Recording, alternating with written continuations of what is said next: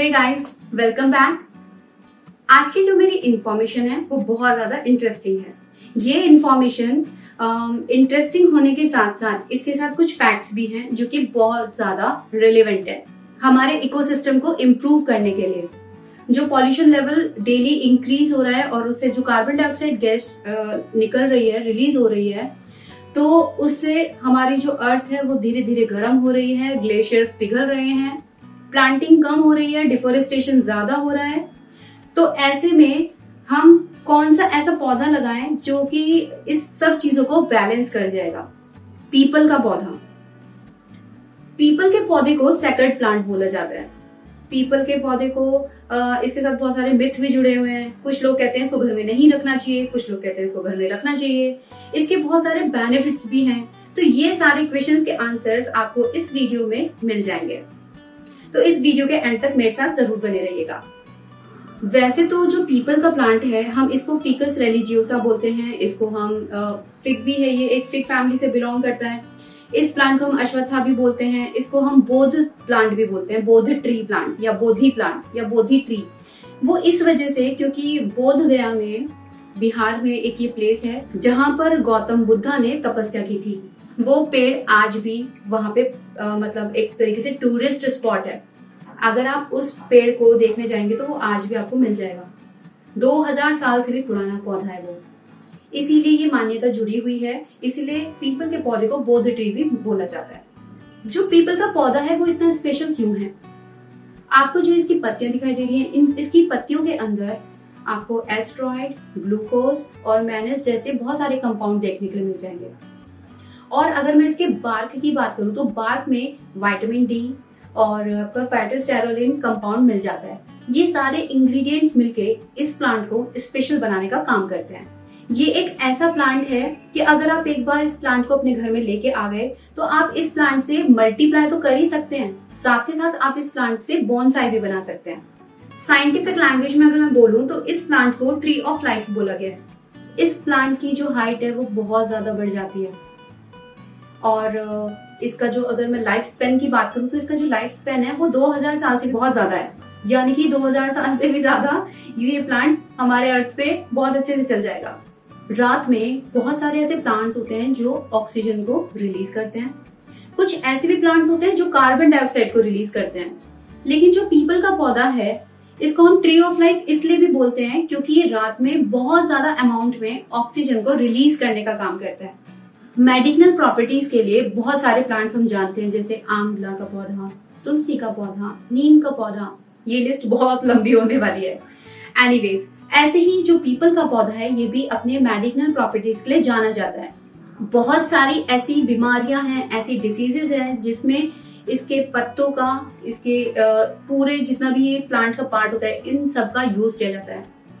आयुर्वेदा के अंदर चाहे इसका बार्क हो, चाहे इसकी पत्तियां हो, चाहे इसका स्टेम हो, चाहे इसके सीड्स हो, सबका यूज किया जाता है।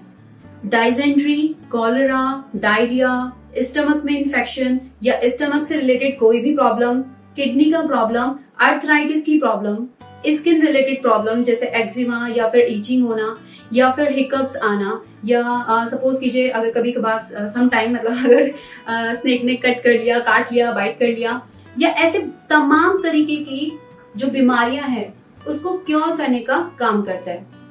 तो हम इस पीपल के पौधे को अपने घर में क्यों ना लगाएं? साइंटिस्ट ने ये चीज पाई अपनी रिसर्च में। इस पौधे के साथ एक जगह पीपल का पौधा था, विशाल पौधा नहीं बोलूंगी मैं उसको, पेड़ बोलूंगी, विशाल पेड़ था, और एक जगह कुछ भी नहीं लगा हुआ था। तो वहां पे साइंटिस्ट ने अपने मतलब रिसर्च में ये पाया कि जो पेड़ था पीपल का, उसके आसपास का जो टेम्परेचर था वो बहुत ज्यादा डाउन था, और जहाँ पे सड़क के किनारे कुछ भी नहीं लगा हुआ था वहां का टेम्परेचर बहुत ज्यादा हाई था।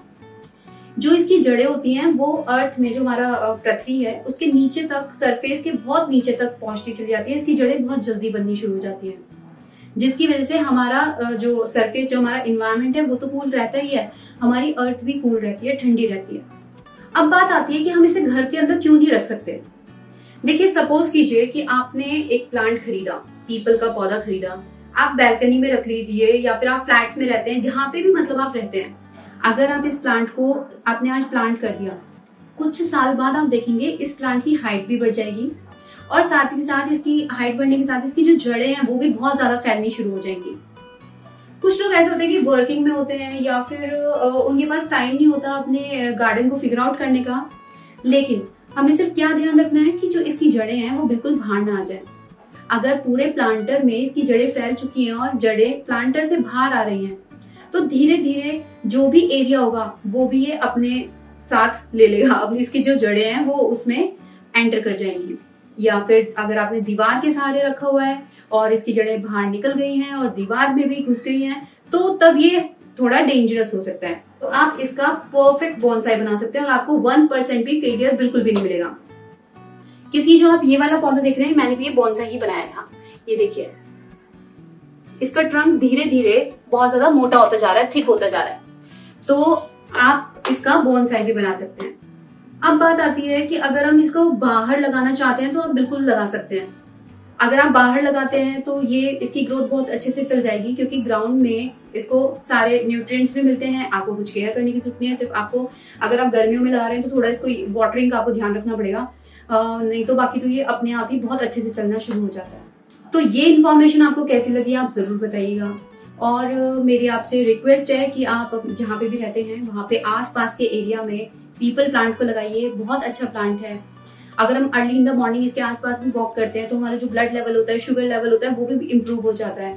और अगर हम इसे बैल्कनी में भी लगाते हैं तो वहाँ की जो ऑक्सीजन है, ऑक्सीजन लेवल बहुत ज्यादा बढ़ जाता है, क्योंकि ये बहुत ज्यादा अमाउंट में ऑक्सीजन को रिलीज करता है।